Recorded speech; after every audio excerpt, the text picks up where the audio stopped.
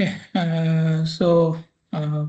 what we were doing last time was we went through the different equations of traffic flow theory, the macroscopic and the microscopic models. We went on to Shockwave theory.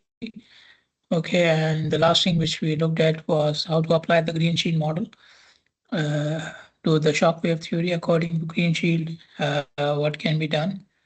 And I believe we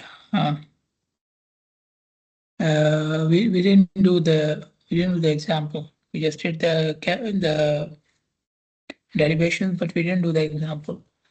Okay, so just recap. When the green sheet model is applied to Shockwave theory, this is the equation which we get for Shockwave. Okay, where UF is the free flow speed, eta 1 is the ratio of density before the shock wave upon jam density, this thing. And eta 2 is the ratio of density after the shock wave to the jam density. Okay, and then there were simplified versions of this equation. If eta 1 is equal to eta 2, or if we have a signal going from green to red, if you have a signal going from red to green, okay, and the red to green thing can be further simplified into this thing. Okay, so you don't need any eta, then in that case you just have the free flow speed and the speed of the road. Okay, so let us look at this example now. We have volume for a 2-lane highway, 1500, and the density is 25 vehicles per mile.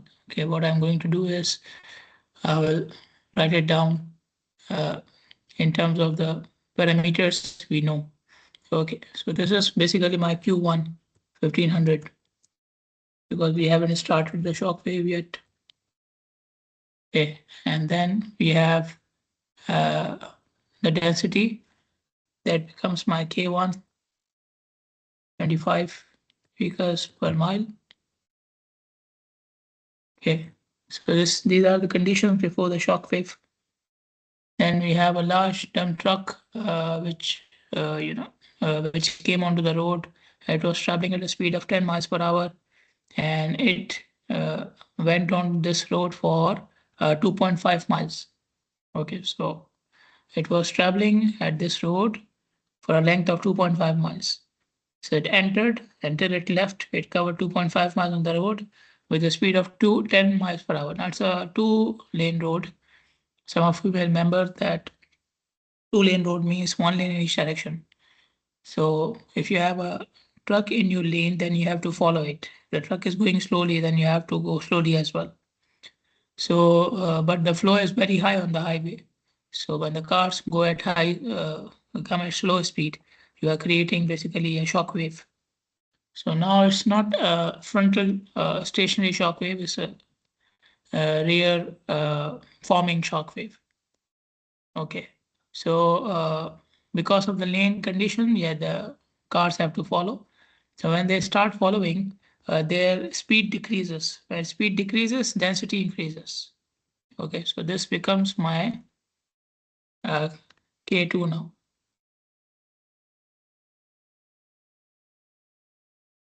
Okay, and the flow reduces obviously to 1000.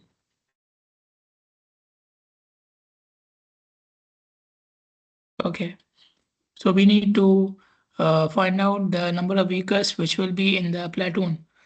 Now we have used this term earlier in the traffic engineering course, platoon, which basically means the vehicles which are moving together. Okay, they are moving together. Basically, it means they use it for the vehicles which move through the intersection together.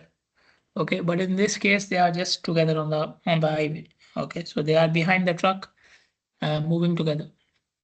Okay, so we have to find out how many when the truck leaves after 2.5 miles, how many vehicles will be in the platoon together. Okay, so we have to calculate the speed of the shock wave. Okay, and we have to calculate the length of the shock wave, and then we can find out the number of vehicles from there. So the procedure is written here. First of all, we have to find out the speed of the shock wave. If I take it from here, put it over here.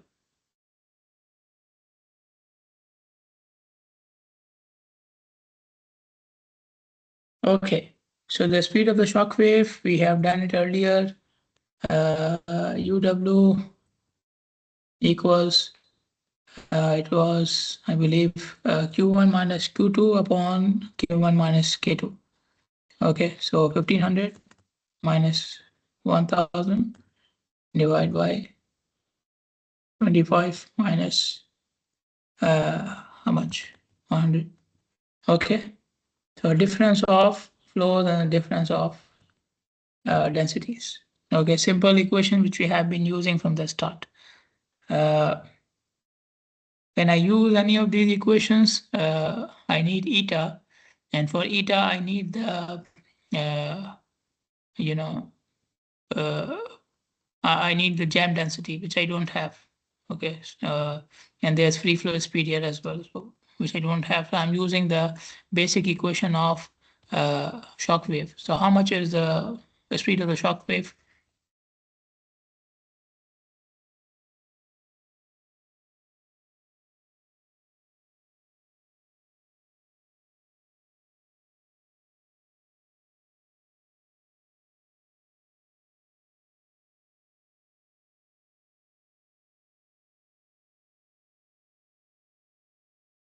Yes, anyone?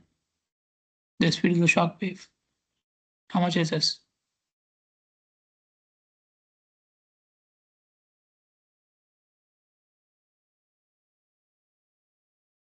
Minus 6.6. Okay, minus 6.6 miles per hour. Okay, now we have to find out the relative speed of the flow. Okay, so there's a speed of the flow and there's speed, relative speed. So we have done it earlier as well. Relative speed is, let me just get the sign correct. We did it here. Okay, so the speed of the flow minus speed of the shock wave. Okay, and speed of the flow, we are using, or we keep on using this equation. Q equals K into U. Okay, so that means U equals Q upon K. Okay, so I want relative speed, which is UW. I already found UW minus 6.6 minus S, the speed of the flow. The speed of the flow will come from here. Okay, so and I'm doing it after the shock wave. Okay, after the shock wave, because I want the speed, relative speed, when the truck is already there. Okay, so Q, when the truck is there, I will take Q2 and K2. So 1000 upon, so if I do it here, it will be 1000, this flow upon K is okay, 100.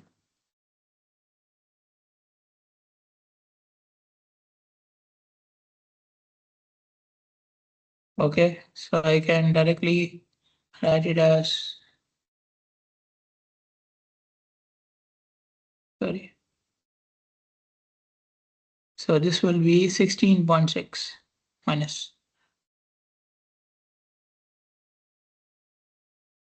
And I told you earlier, minus means that you are,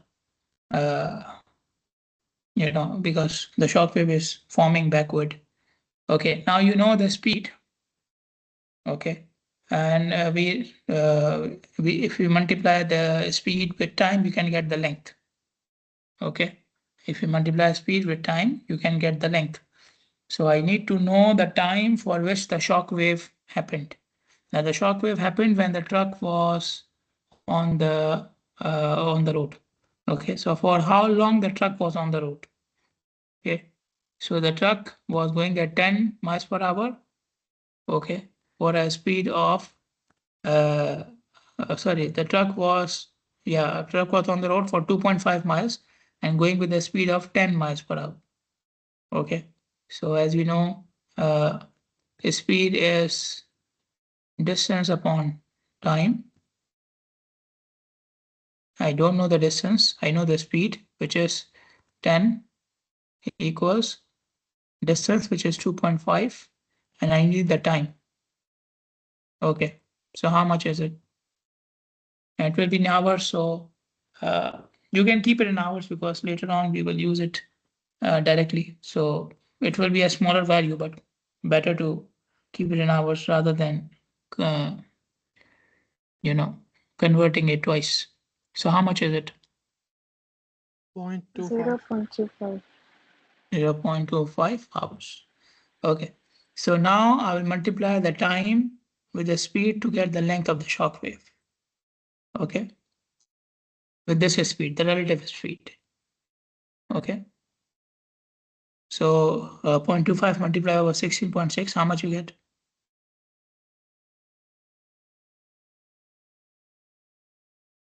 4.15. Okay, this is in miles now. Okay. Now we know when the shock wave happened, the density is 100. Okay. During shock wave, the density is 100, meaning 100 vehicles per mile. So in every mile, I have 100 vehicles. So in 4.15 miles, I will have how many vehicles? So this multiplied by 100, right?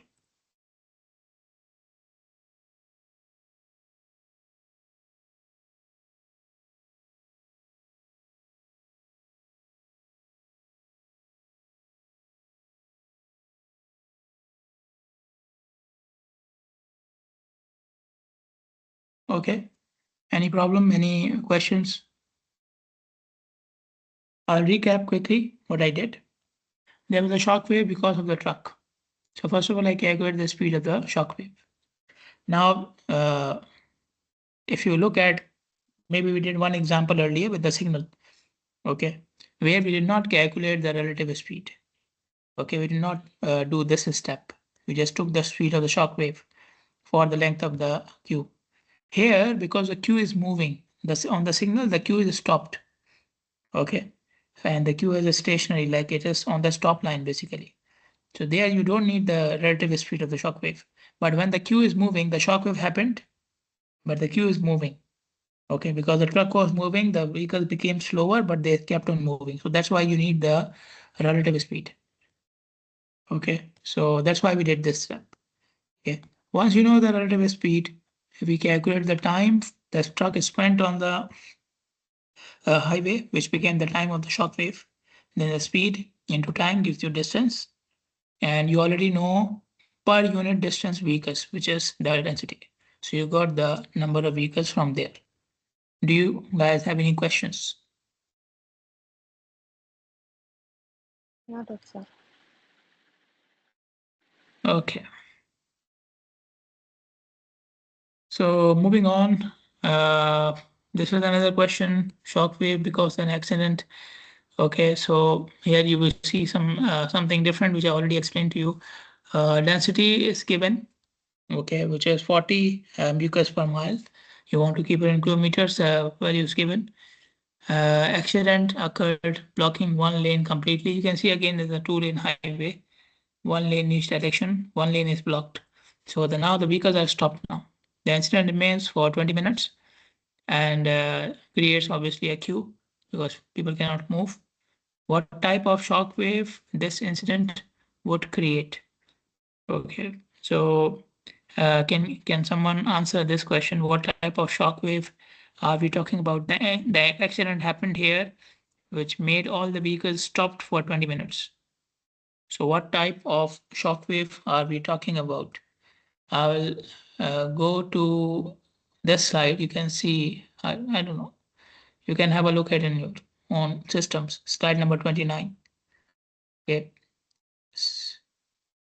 So we have these types basically. We have one more which is not here, but the one which we are talking about is okay.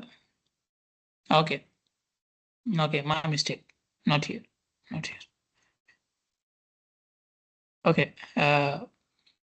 I'll go there. So we have rear stationary, forward recovery. We have backward recovery.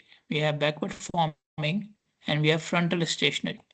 So which one is this? We have 4 types: frontal stationary, backward forming, backward recovery, rear stationary, and forward recovery.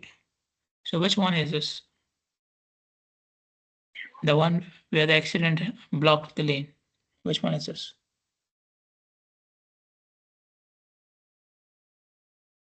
Backwards. Hmm? Sorry, what did you say? Is it backward? Now, you have to keep in mind that the accident happened and it stopped the vehicles at a particular point, all of them. So which one is this? Frontal stationary. Yeah, I'm already showing it to you. Yeah, frontal stationary, it is basically acting like a signal. Okay, a signal which remain red for 20 minutes. Okay, so it's frontal stationary. And I believe I already explained to you these terms. You can have a look at the previous videos. Uh, so frontal because frontal is stationary. Stationary because you are stopping the vehicles. It's not like the previous example where the truck was moving and the vehicles were moving. They are stopped now. And frontal because they stopped at a particular line at the front. Okay, so that's why frontal is stationary. Okay, okay. Moving on. Okay. So so the traffic flow on this highway can be shown with a green sheet model, and the free flow speed is given, jam density is given. So now I have the parameters UF and KJ. Okay, how many vehicles are affected by the occurrence of the accident? Okay, so it is now I can use these equations because I have the parameters, the UF and the KJ. Okay, so I can use this one now. Okay, this one. So simple, it becomes simple. Speed of the shockwave becomes simple. You need free flow speed and you need the ratio eta 1, which is K1 upon Kj. If I go to the question,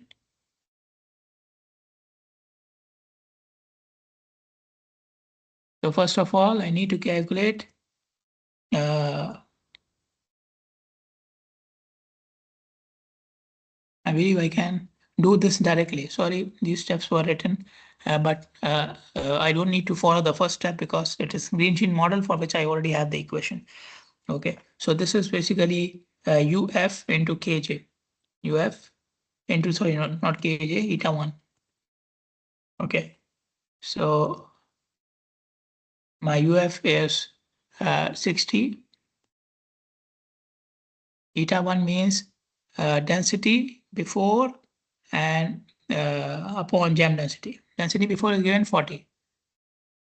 Okay, so 40 upon density jam given 100. Okay, so how much is this? 24. 24 Yes. miles per hour. Okay, now you can notice here that the speed of the shock wave is very high. Okay, because it's stationary. So normally it's higher. Okay, because you're completely blocking the road, so the queue will expand very fast. Okay, the queue is expanding fast because there's a complete blockage. In the previous example, it was low, 6 point something, because the queue was actually moving. So that's the difference here. Number of vehicles, we know the speed, the time is given. I don't need to calculate it. Okay, but it's in minutes. I convert it to hours. Okay, so speed of the shock wave. Again, now you can see I'm not doing relative speed here. Okay, relative speed is not required because the queue is stopped. Okay, so relative speed is only required when the queue is moving with the shock wave. Okay, 24 is the speed in miles per hour. Time, which is in minutes, so I'll convert it to hours, into density, which was uh, uh, which is with the shock wave. Okay, now which density is this? Which density is this? There are two values in the question. Which one should I use here? 100. 100 jam density. Okay, when the view stopped, then you already always use jam density. Okay, so how much is that? 800. 800. Okay, any problems, any questions? No, that's it. Okay, moving on. Okay, so now we have a signal. Greenstein model is applied. Approach density, jam density, sorry. Jam density 130 vehicles per mile. Signal changes to red. So we are facing the frontal stationary again. Before the signal changing to red, it was 45, the density, and the speed was 40. Okay. At the end of front interval, what length of the approach stream upstream from the stop line will vehicles be affected if the red interval is 35 seconds. Okay, so it's pretty much this thing. Okay, you will go through the same steps. Okay, still frontal stationary, but the only difference will be where the difference will be in this step. Okay, so I was doing speed of the shock wave multiplied by time multiplied by jam density. Okay, so can somebody tell me speed of the shock wave? You will calculate. Jam density is given. Okay, and what will be the time? How much will be the time?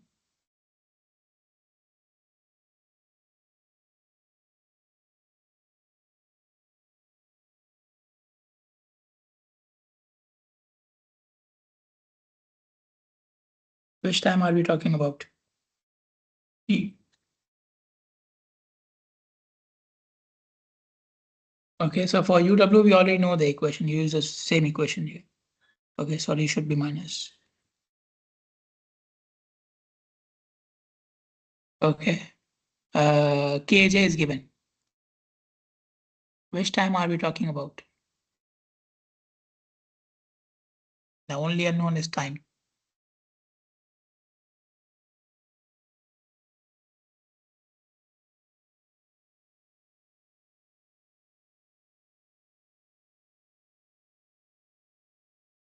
Yes, anyone?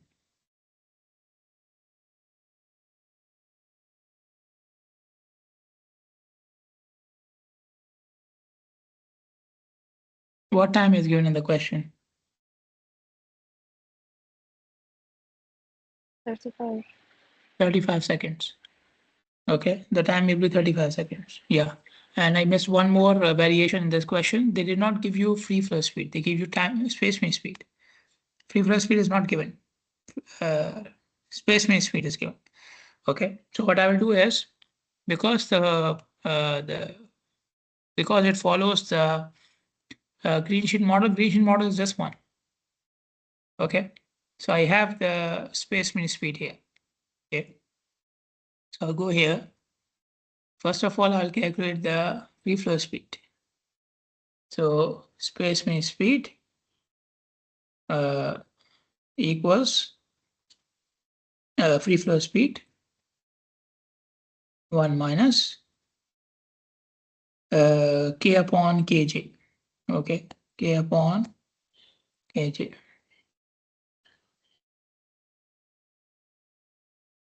So I know my space mean speed, which is 40. This one. I don't know the free flow speed. I need to calculate 1 minus. What is my, let me make it. Okay, what is my k? That is before the shock wave, 45 upon kj, which is 130. Okay, so you do this 1 minus up this, and then 40 will be divided by this one. So you will get the UF. How much is that? 61. 61 miles per hour.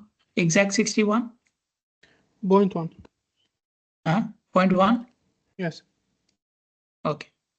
So now you have the UF. Okay, let us do it. So I did a couple of steps. So it was minus UF 61.1 into was eta 1, right?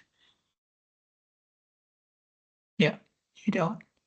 Okay, so 45.130. Okay, how much is this?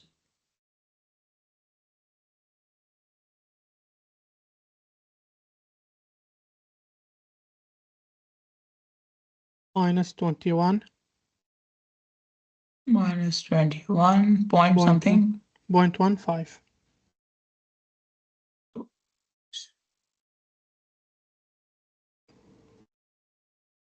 Okay, so 21.2, 35. No, not 35. 35, yes. Now this is in seconds, so from seconds to hours. Okay. Multiply by the jam density because signal red. So that will be 130.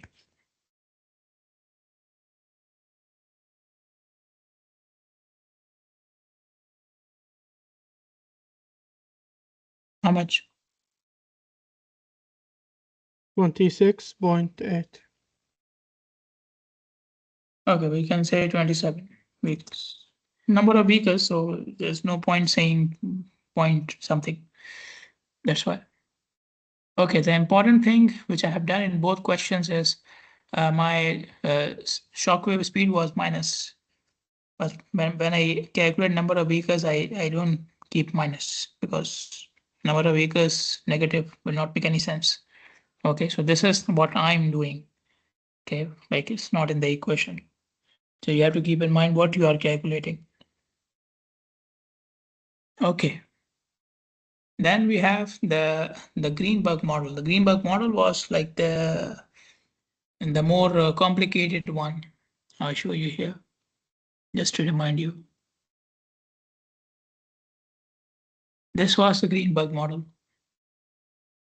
Okay, we did one question where we simplified it as a linear model and we calculated the parameters. That was just for the sake of calculating the parameters, but the actual model is just one with the natural log.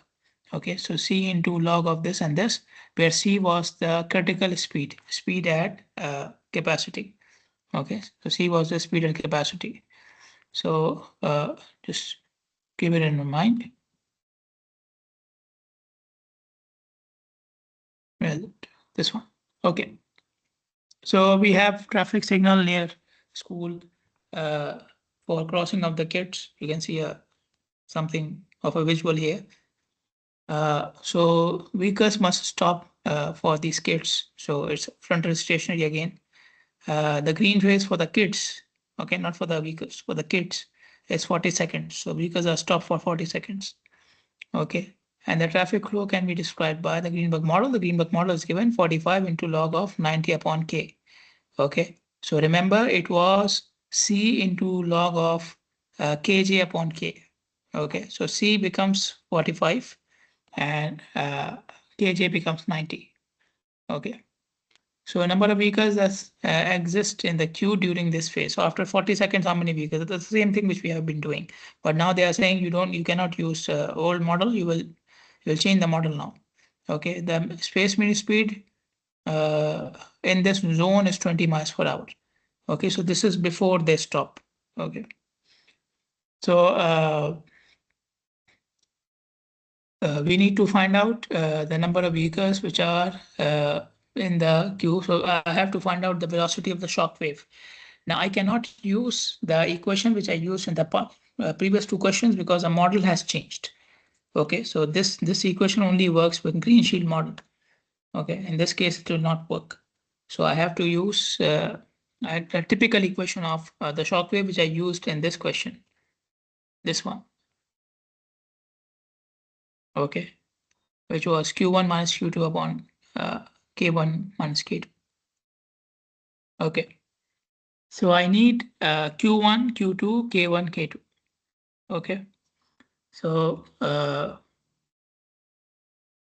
where is it now? Okay. So we are talking about stopping. Okay. So and the speed is given before the shock wave. Okay, 20. So I can put my speed over here as 20 and I can calculate my k value. Okay. So if you put speed u as 20, how much you get as k? I believe for removing log, you have to take like exponential on both sides. So then the log will be removed. Okay. So what is my u here? So I will start by calculating uh,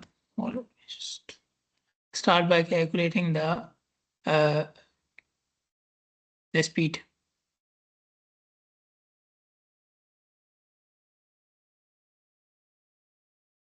No, not the speed, sorry, the density.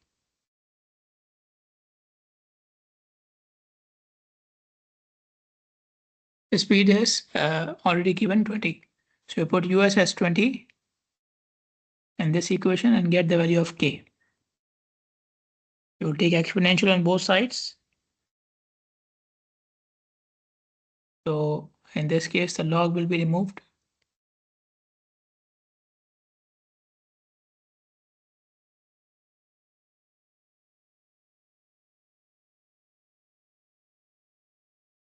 $57. How much? 57.7. 57. Okay. So now we have the density before the Q. Okay, now I can calculate the velocity of the Q. Velocity of the Q was, what am I doing here? I don't know. 57.7. Okay, velocity of the shock wave was the difference of flow minus upon the difference of density. Okay. Okay, the difference of flow. So first of all, I need to calculate the flow. Okay, I'm using Q equals K into U. Okay, now I know both of them. K you just calculated, and uh, the speed is 20. So how much is the flow?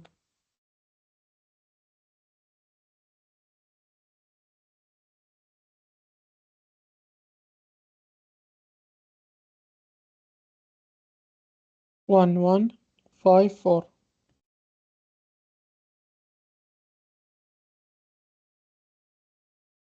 Okay. So now you have them, the things which you need, I believe. Yes. Okay.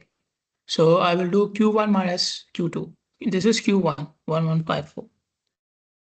This is a signal where the vehicles stop. So what is my Q2?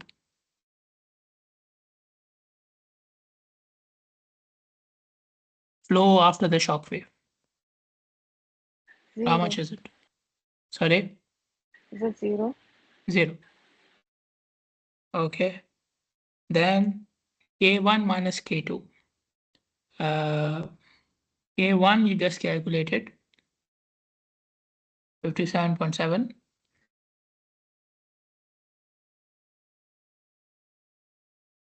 What is my K2?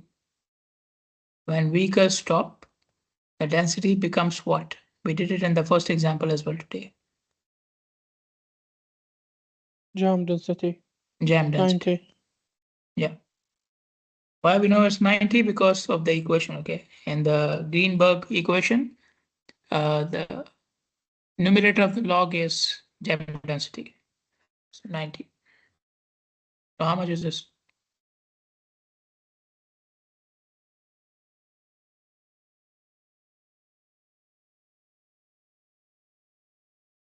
Minus 35.7. Okay, the rest of the steps are the same as the previous example. you know the time for which the signal is red. Okay, 40 seconds. So you'll do speed into time, you will get the length, and then you multiply with the density, okay, jam density, to get the length of the number of vehicles in the shock wave. Okay, so the last two steps are the same which we have done for all the previous cases. Okay, the time is given this one 40, the jam density is this one 90. Okay, so I believe you guys can complete it. Any questions? No, that's right. Okay. Moving on to another topic, which is the gap and the gap acceptance. Now, earlier in the same topic, in the same chapter, we have talked about the term which is called as spacing. Okay, so spacing was the difference between two vehicles, okay, which are going one after the other. This is called spacing. If somebody is looking at that spacing from a conflicting lane, from another road, and he has to now enter in this spacing. So for this guy, it will be called as a gap. Okay. So what is a gap? It is the spacing between the two vehicles for the guy who is coming from the conflicting direction. Okay. So I'm waiting on the roundabout for my chance to enter. And there are two vehicles which are coming from the other side, and the spacing between them is uh, 3 seconds or 2 seconds, whatever. Okay, we measure it in terms of time. Okay, so we call it time spacing or headway. Time spacing or headway. Okay, but we have talked about distance spacing as well. Okay, so this one is in terms of time. So we call it time spacing or headway.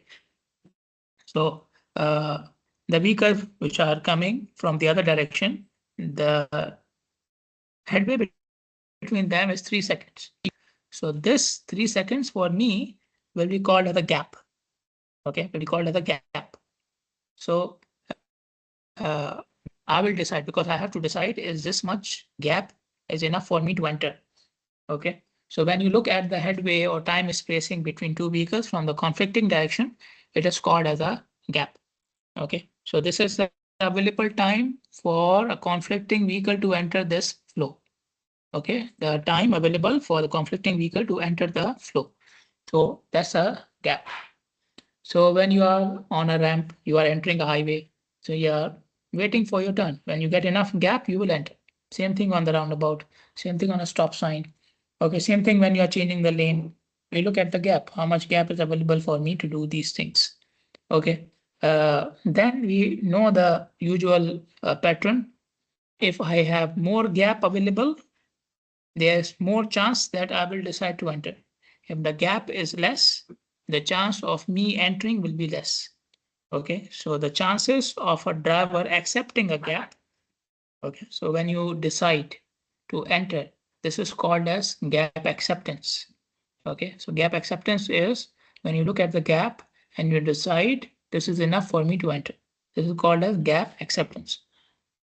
So when the gap is bigger, there are more chances of acceptance. When the gap is smaller, there are less chances of acceptance. It's very straightforward. Okay, logical. You have more uh, uh, uh, gap between two vehicles, the driver from the other side, there's more chance that he will enter. Okay, but the important thing here is you are not measuring the gap, you are just using your judgment. So there is a chance. That's why I keep on using the term chance. There's a chance that you may enter. There's a chance that you may not enter. If the same gap is presented to you on some other way, you may decide not to enter. Okay.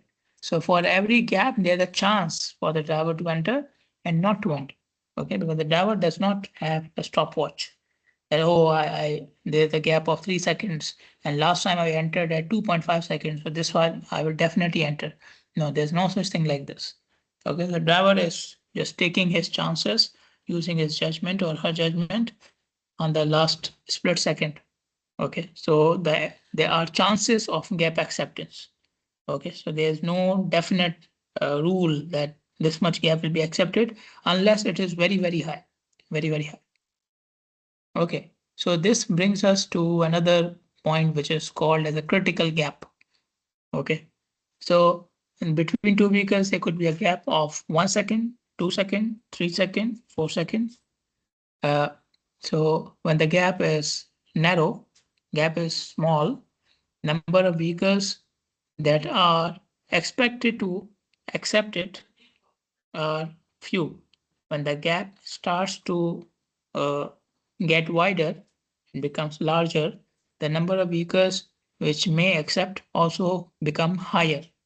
Okay, or the chances of its acceptance becomes higher. So when the gap reaches to a value where the chance of acceptance and rejection is equal. Okay, so that is called as a critical gap. So for every gap value, there's a chance that the driver may accept and the driver may reject. Okay, when you increase the value of the gap, the chances of acceptance increase, the chances of rejection decrease. When these two chances become equal, that value is called as critical gap. Okay, so this diagram shows the rejected gaps and the accepted gaps. Okay, so we are looking at the intersection point. The accepted gaps and the rejected gaps become equal. Okay, so at this value, the number of gaps accepted and rejected become equal. So there is equal chance that it will be accepted or rejected. So we are looking for this intersection point. Okay, so if you can plot this graph, if you can uh, have these values, there are methods to observe these values, the gap acceptance, but it requires like the driver coordination as well. You have to sit with the driver, obviously, to see whether he's accepting or not. So, uh, uh, so if you can do that in the field, you go there, you find out how much is gap acceptance, how much is gap rejection, and the number of times the gap is accepted, number of times the gap is rejected. You can plot this graph and find out the intersection point. That becomes very easy. Okay. But usually, but they have given us a numerical method to do it as well. So you have just a few values. You cannot plot these two graphs or curves completely. Okay. So you have these values, for example. Okay. So how to use these values to calculate the critical gap. Okay. So let's say T1 is the gap where rejection is higher and acceptance is lower. If you add delta T1 into this value, you will get critical gap. So let's say the critical gap is 2.5 seconds. So T1 is any value before 2.5 seconds. And delta T1 is the difference between critical 1 and T1. Okay, so if T1 was 2 seconds and critical is 2.5, then delta T1 is 0.5. Okay, if critical is 3 seconds, T1 is 2 seconds, so delta T1 will be 1 second. Okay, so any difference between the two values is delta T1. It could be any value. Okay, but it's very small. Okay, delta T1 is very small. So you are on this side of the graph at T1. Okay, and at T2 you go on the other side of the graph.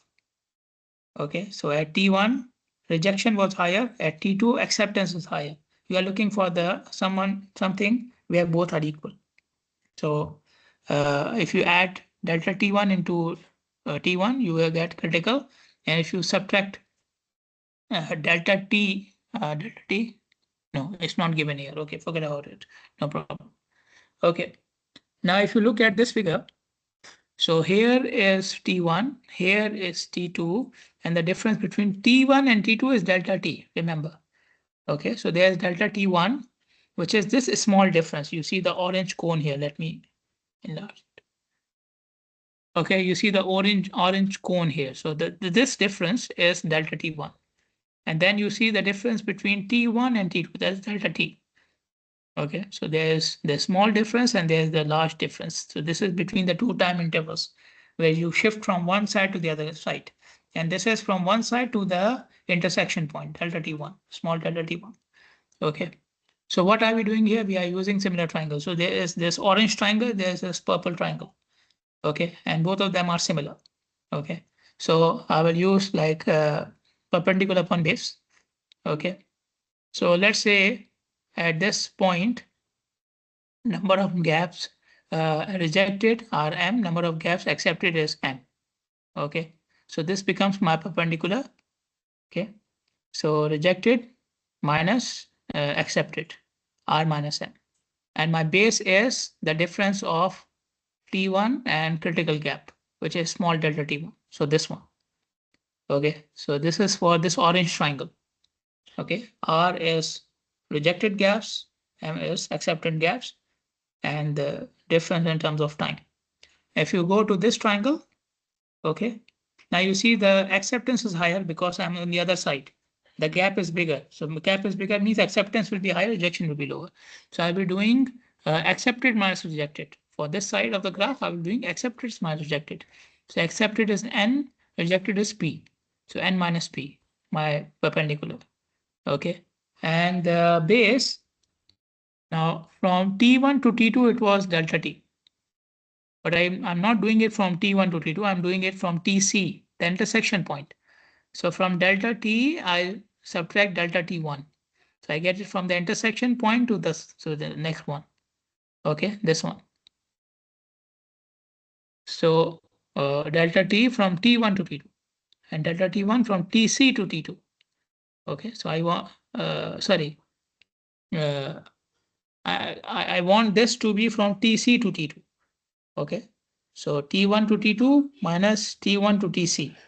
So I will get from TC to T2. Okay, so this is what I get. In the end, I'm looking for delta T1. Okay, so I will rearrange this equation. Delta T will be on this side, both of them.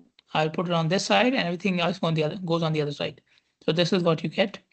Okay, and then I'll take this value of delta T1, put it over here. Okay, so this is the equation I get. Okay, so T1 is the time where rejection is higher, acceptance is lower. Delta T is the difference between T1 and T2. Okay, R is the number of rejections at T1. M is number of acceptance as T1. N is number of acceptance as T2. And P is number of rejection at T2. Okay, so this is what we get here. So for example, if you have collected data like this, so there were gap values and you observed when the gap is 1 second, how many vehicles accept, how many vehicles reject. So gap is 1 second, is very, very small. We have only few daredevils who are just going through with it. Okay, others are not. Okay, and at 2, you can see it's increasing, this one is decreasing, and so on and so forth. So you can see at 3, acceptance is lower, rejection is higher. At 4, it switches. Okay, so this is my indication that TC is between them. Okay, when this ratio switches, okay, when you go from higher rejection to higher acceptance. So it was higher rejection here, then became higher acceptance here. I'm comparing between these two values, okay? Two values at the same instant between the two columns. So it was 2 and 103, 12 and 66, 32 and 38. In all cases, rejection was higher. Then when I go up to this point, I got 57 and 19. So acceptance became higher. So when this shift happens, the first value becomes T1, the second value becomes T2. Okay, so what is T1? The last value at which rejection was higher. What is T2? The first value at which acceptance got higher. Okay, so this is the indication of T1 and T2. So I know between them, I have the critical one.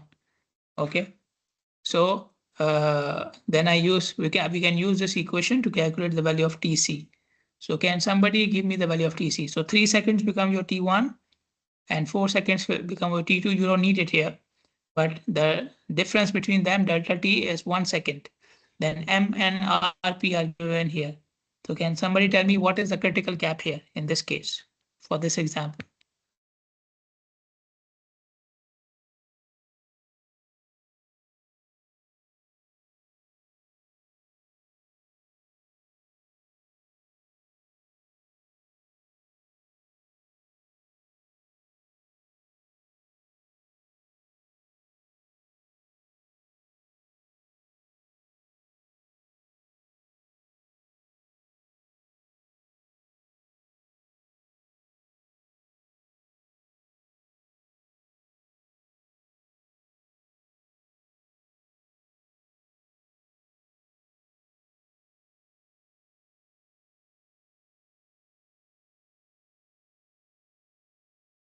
$3.1.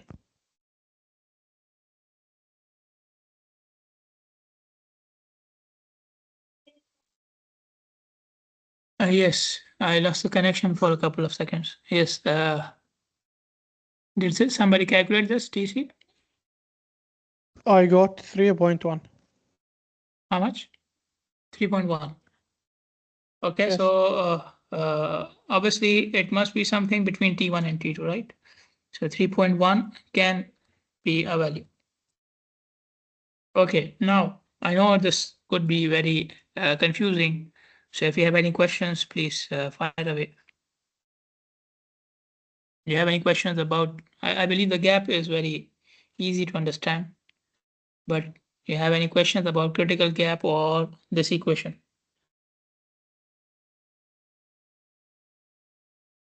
Noted, sir. Okay, for people who maybe shy or this want to ask any question, I just a recap. So we are looking for the gap at which the number of people accept, the chance of accepting and rejection is equal.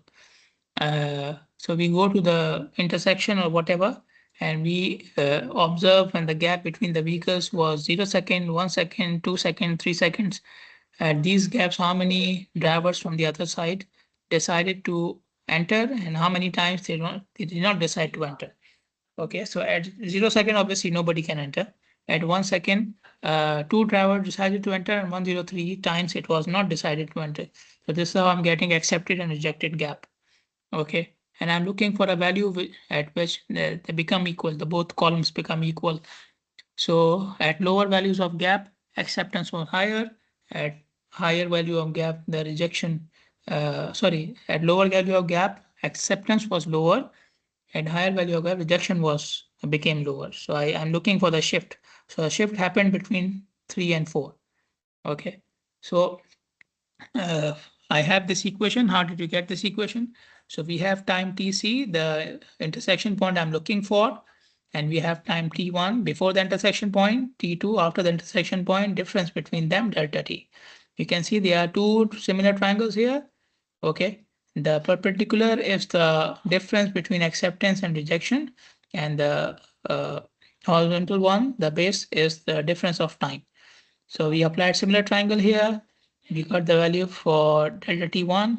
Then you put this delta T1 into this equation for critical gap, and then we got this equation in the end. So R and M and N and P are rejection and accepted gaps. And at T1 and T2, delta T is the difference between T1 and T2, and T1 is the time at which you observed before the critical value. Okay. Yeah. Okay, now as you know that I have been using the term chance. Okay, what is the chance of this happening? What is the chance or with the gap? I was using the term, there's a chance that you will accept the gap or the chance that you will reject the gap. But normally when the calculations which we have done up till now, we were not using the term chance. Okay, we said flow is 360 vehicles per hour. You calculate the number of vehicles in the platoon here. Okay, you calculate the density. We did not say that the chance that density would be 57.7. We said, yeah, density is 57.7. You calculate flow here, 1154. We did not say there's a chance of this flow, 50% chance of this flow. We said the flow is 1154. Okay, so this is called as deterministic values. Values which are not associated with any chance. Okay, these are fixed value. It's a fixed value. Okay, so when you are considering this, then you are also assuming that this value is occurring at a constant interval as well. For example, if I say that flow is 360 vehicles per hour, okay, 360 vehicles per hour. How many vehicles? So if in 1 hour, 360 vehicles, how many in 5 minutes? So 360 divided by 60 minutes into 5, how much?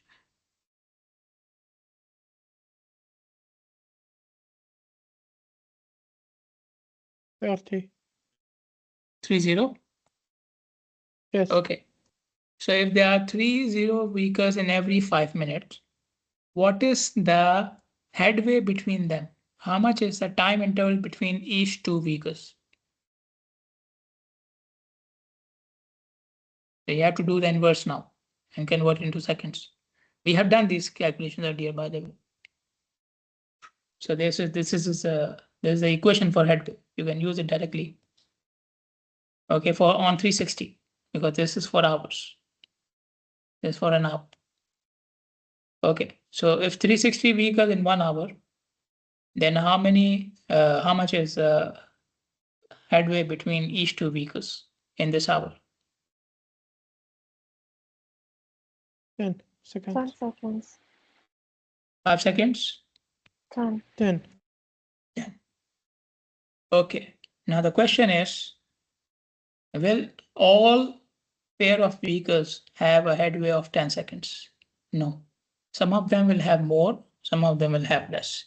So this 10 is like an overall expected value. It's an overall average. Okay, same thing here.